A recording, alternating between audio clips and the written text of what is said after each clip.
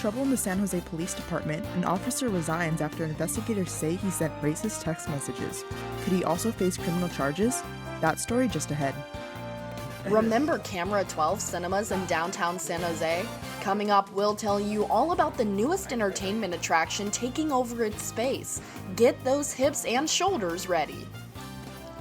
I'm Carson Walls. Coming up, I'll take you into stores already selling holiday items to figure out if people are actually happier if they decorate sooner. From the School of Journalism and Mass Communications at San Jose State University, your source for what's happening with a fresh perspective on today's issues. You're watching Update News. Welcome to Update News. I'm Madison Wilbur. And I'm Alexis Marquez. We begin with a hot-button issue in the San Jose Police Department. It involves a series of stunning racist text messages. Police say the officer who sent them has since resigned, but there are now calls for him to face criminal charges. Police say former officer Mark McNamara sent as many as 24 racist texts, including one that says, "I hate black people." The text message comes to light as police were investigating a controversial shooting from March of last year. It happened at a restaurant a block from the San Jose State campus. A fight broke out. Surveillance video showed that Kuan Green, a sophomore from Contra Costa College, disarmed the gunman. Seconds later, Green, considered a good Samaritan, was backing out of the restaurant with a gun in his hand when police arrived. McNamara shot Green from behind 4 times. Green claims he got no warning. In a statement, San Jose Police Chief said that there is zero tolerance for racial bias. Green's lawyer has already filed a lawsuit against the city of San Jose and its police department. Now he's calling for McNamara to face hate crime charges and says the officer should be decertified so he cannot be a police officer in another jurisdiction. San Jose has the dubious distinction of being the city with the largest number of homeless young adults per capita in the nation. That's according to a study by the United Way. I spent time at Bill Wilson Center in downtown San Jose talking to San Jose State students who have struggled to find a place to live. Megan Nacionales Sanchez faced a harrowing situation recently. While a student at San Jose State, her mom died. She had days to find another place to live. She made her way to Bill Wilson Center. Then she found out she was pregnant. The center put her up in an apartment until she could get back on her feet. A lot of anxiety that comes with becoming a parent for the first time, especially when you're in school and facing what looks like homelessness. A survey by SJSU Care shows 11% of students have experienced homelessness at some point in the year. At BWC Drop-In Center, I found former clients who were helped by the nonprofit organization, which offers food, showers, laundry facilities, and more. It's really very scary to have that feeling that you no longer have, a roof over your head or warm food and what you're going to do with it, and being in school as well because you want to continue your education. So yeah. It's very stressful. It's scary. Even if you have the shelter of your car, you're like, okay, let me try and humble myself and be grateful. I can lock my doors, but maybe, where do I park? Or I'm freezing, or it's during the pandemic, nothing's open, I have to go to the bathroom. BWC welcomed 2 San Diego YMCA leaders, David Baker and Justin Lipford, who journeyed across the state to bring awareness to youth homelessness. The 2 walked, biked, and took public transportation to go 550 miles from San Diego to Sacramento. Uplifting that these young people are full of resilience and full of hope. They just need a helping hand of the community. And if we do that, it gets paid back in full. We get young people that rise to become great leaders, great artists, great humanitarians. If you or a young adult you know is struggling with housing in the San Jose area, you can go to billwilsoncenter.org to find services that might help. The city of Sunnyvale is the latest jurisdiction considering starting a guaranteed monthly income program. Other Silicon Valley cities have done the same. How would it work in Sunnyvale, and when might it start? Reporter Denise Velasco has the details. According to the latest census data, the median household income in Sunnyvale tops $160,000 a year, but about 5% of that city's residents live at or below the poverty line. Now, some of those people could be eligible for help. Sunnyvale will be providing potential monthly checks for their residents. On the agenda at last week's City Council meeting, a discussion about launching a guaranteed basic income program. The goal would be to focus on helping the unhoused, those who are at risk of homelessness, low-income families, and community college students. It's a very personal issue to me. My family got food assistance when I was a kid and moved around because of housing costs a lot. But I've seen, how these programs can be successful. The pilot program would last up to 2 years, and as many as 300 people might qualify. The participants would get from $500 to $1,000 a month. Where would the money come from? The city anticipates getting state and city grants, businesses, and philanthropy. Explicitly targeting people who are at risk of homelessness, people who are recently housed, so formerly homeless and have just become housed, low income with children. The monthly financial support programs are growing in California. They've been launched in San Francisco, Los Angeles, Sacramento, and Mountain View. Nearby Mountain View began its pilot program in December of last year.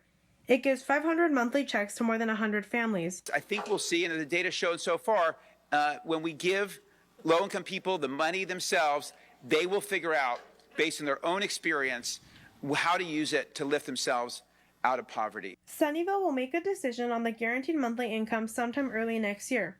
I'm Denise Velasco, Update News. There is some stunning news in San Jose politics this last week. Santa Clara County Supervisor and former San Jose City Council member Cindy Chavez announced she will not run for mayor next year. Chavez lost the race last year when she ran against political newcomer Matt Mahan. Her loss was considered a major upset.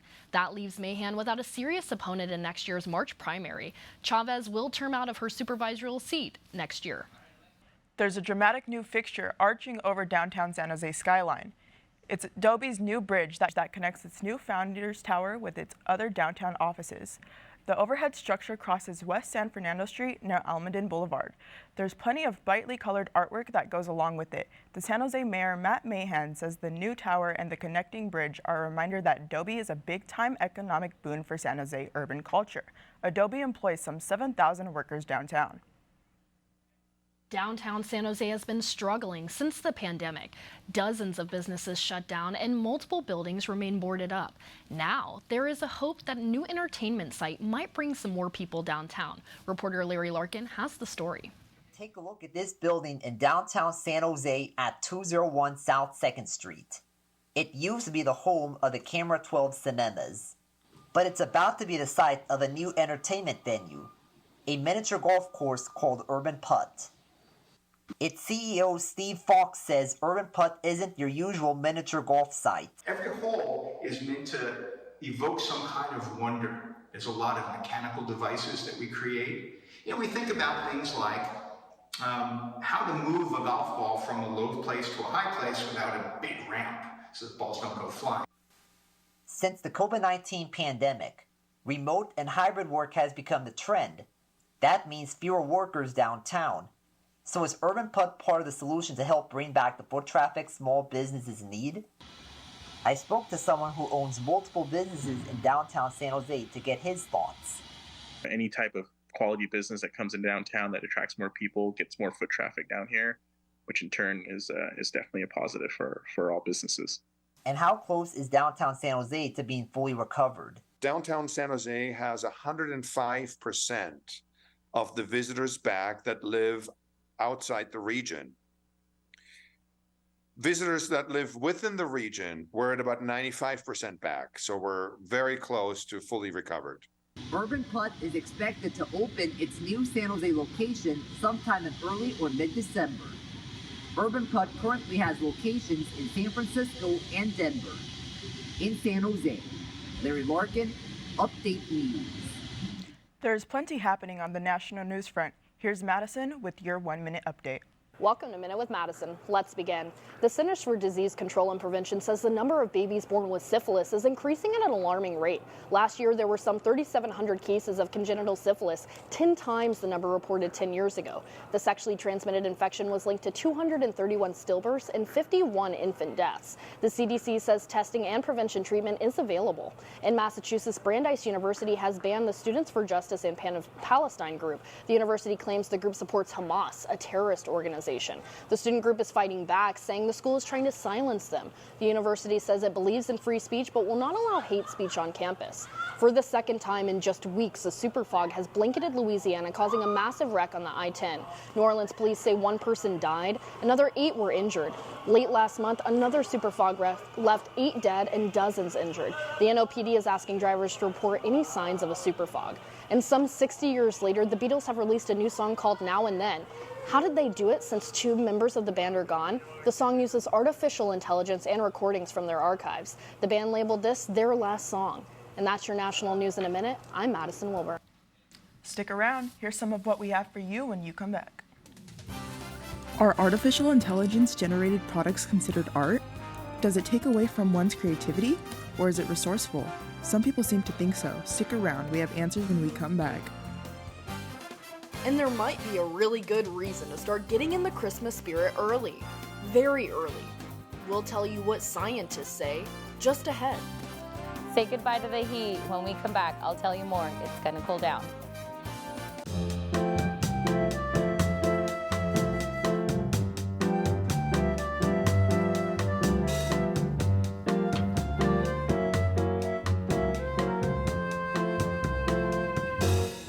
President Biden recently signed an ambitious new executive order on artificial intelligence.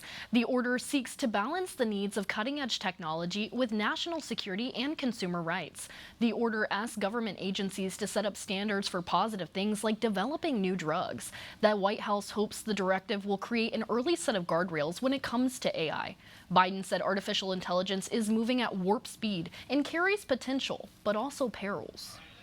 With artificial intelligence very quickly making its way into everyday life, how will this affect the art world? I took a look at that question. Here I'm able to go to a website. This one is called Imagine AI Art Generator.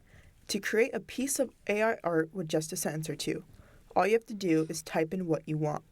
Then press enter. Then the computer thinks for a second and gives you its rendition of what was described. Everyday people are not the only ones using AI. Big corporations use AI art to cut costs. Brands like Coca-Cola and Nutella have used AI to help advertise their products. Some people are not impressed with AI as art. Ultimately, art is human expression, and if you're trying to make a robot do that, it's not art, because it's not human expression. It's a robot's expression of what it thinks human expression is.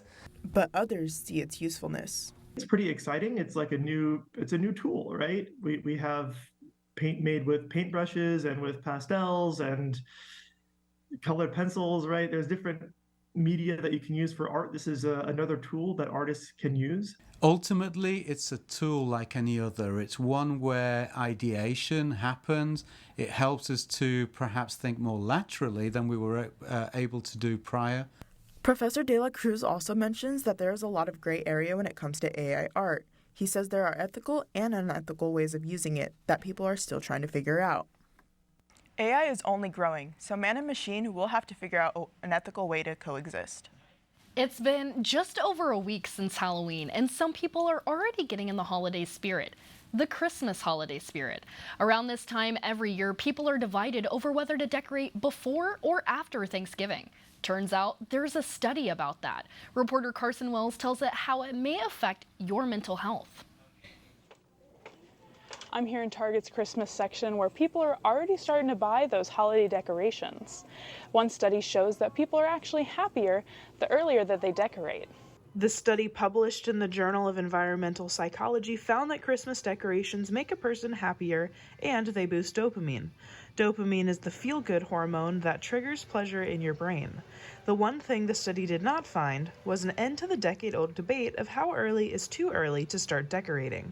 Many people stand by the argument that they have to wait until after Thanksgiving to decorate. I don't understand people who are like, as soon as October is done, straight to Christmas. I'm like, I have to go through all my holidays for it to feel appropriate. No matter how many people choose to wait until after Thanksgiving to decorate, stores still start stocking Christmas decorations months in advance. Our shipments don't start till like August, and then we get stuff in like early October. Early October, once Halloween is over, following day, Christmas will be up. We have people calling in every day asking for certain Christmas trees in stock. Another reason the study found why decorating for Christmas early can boost a person's mood: nostalgia. If someone has happy memories associated with the holiday, seeing the decorations can remind them of those times.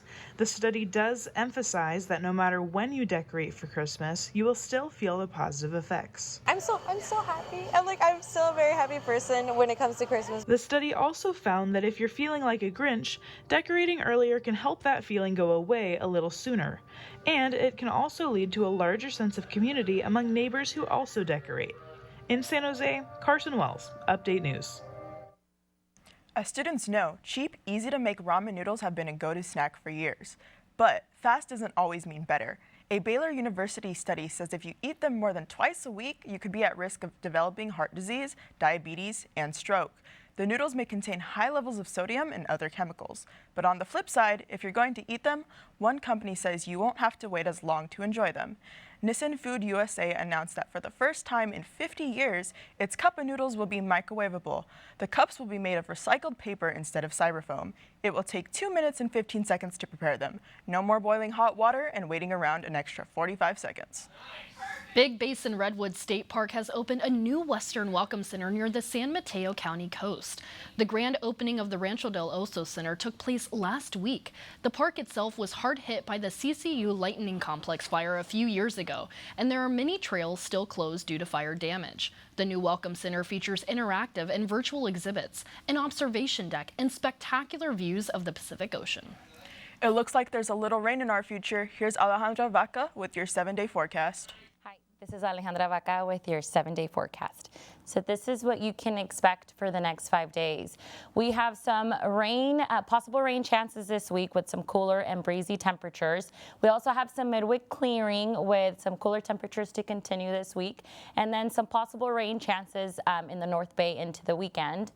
And our futurecast shows a series of storms moving into the region. However, they appear to be weakening on approach, taking most of the higher rain totals to the north late Thursday into Friday. Brings one rain chance with another arriving over the weekend. But for now, totals expected rain look pretty low, but this could change, so stay tuned for updates as well. Yeah. And for your 7-day forecast, you'll notice the 7-day forecasts are trending cooler with Santa Cruz, more clouds and breezy conditions at time with some expected rain on Friday and into Sunday. And then same with Oakland, you'll likely be seeing no more 70s, so cooler nights are ahead as well. San Francisco, we will be in the low to mid 60s with rain chances Friday and into the weekend as well. And San Jose, we will be quite a bit cooler than it was last week, with some rain chances Friday and into the weekend as well. And that is it for your 7-day forecast. Back to the desk. When we come back, there's lots of sports to talk about. There's a lot to talk about in sports. First, how Oakland is making one last pitch to keep the A's in town. We'll break it all down for you. And we'll talk Spartan sports. It's all hoops, all the time. Highlights and more when we come back.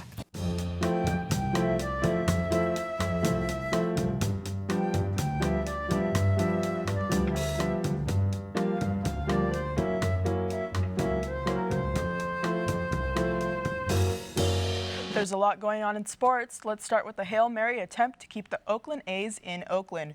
Reporter Levern Johnson has the latest on that story. Major League Baseball owners are expected to vote on the Oakland A's Las Vegas relocation plan next week. But dedicated fans donned their green and gold T-shirts with the word "stay" and packed the city council chambers as the mayor made their pitch.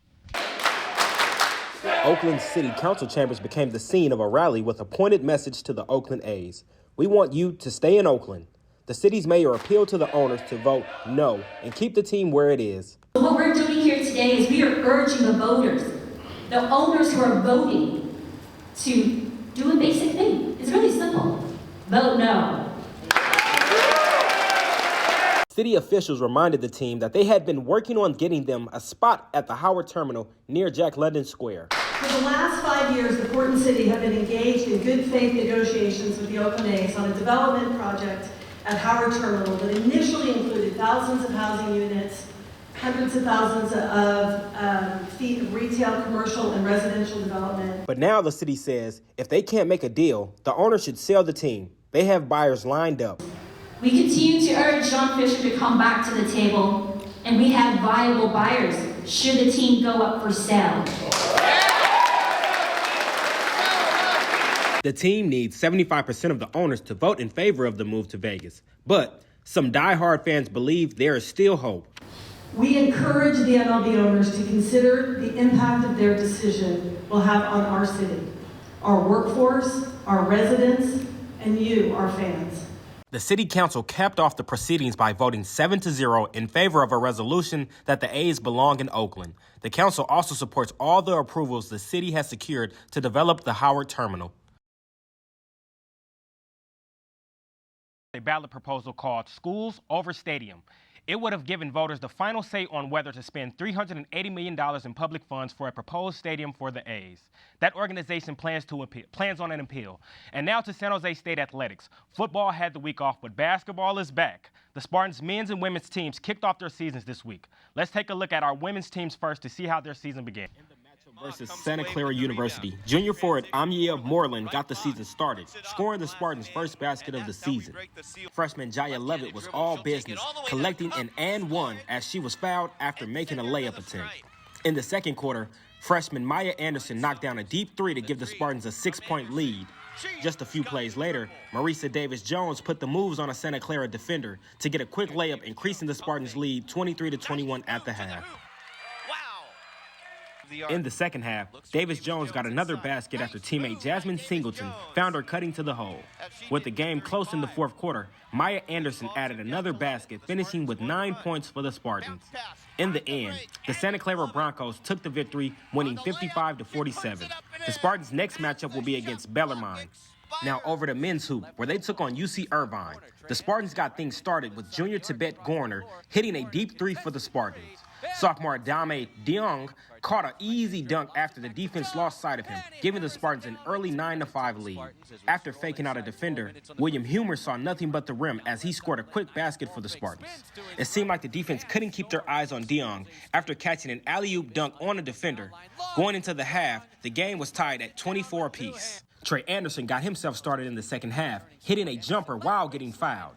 He went on to make the free throw, giving the Spartans a 31-29 lead. Gorner clearly had a hot hand, hitting another deep three as the Spartans continued to pile on their lead. It seemed like Diong had it out for the Anteaters because, again, he victimized the defender with a ferocious dunk over them. But it was Gorner who channeled his inner Steph Curry mentality, knocking down his third three of the game, finishing with 17 points. Trey Anderson finished with a team-high 19 points as the Spartans brought home the victory. Their next matchup will take place against Bethesda University. Meanwhile, a Nevada court tossed the Spartan Hoopers this Saturday will be your chance. Spartan football has a huge matchup versus Fresno State. You'll get the opportunity to make as much noise as you'd like. I'm Lee Vern Johnson, and that's your sports update. If b-ball isn't your thing this weekend, there's plenty more to do. Here's Carson's calendar. Here's what's coming up this week. On November 10th and 11th, see The Addams Family. Shows are from 7:30 p.m. to 9:30 p.m. on Friday and 2 p.m. to 4 p.m. on Saturday. Tickets can be purchased online at the Hammer Theater. On November 11th, check out some local vendors at the Open Air Artisan Fair and Markers Market at Santana Row. It runs from 11 a.m. to 5 p.m. Finally, on November 11th, the San Jose Veterans Parade. The parade goes through downtown San Jose and starts at 12, but there's a ceremony before. This is the 105th parade. That's all for this week. And that does it for this week's edition of Update News. Don't forget to follow us on social media at SJSU Update News. From all of us here, thanks for joining us and see you next week.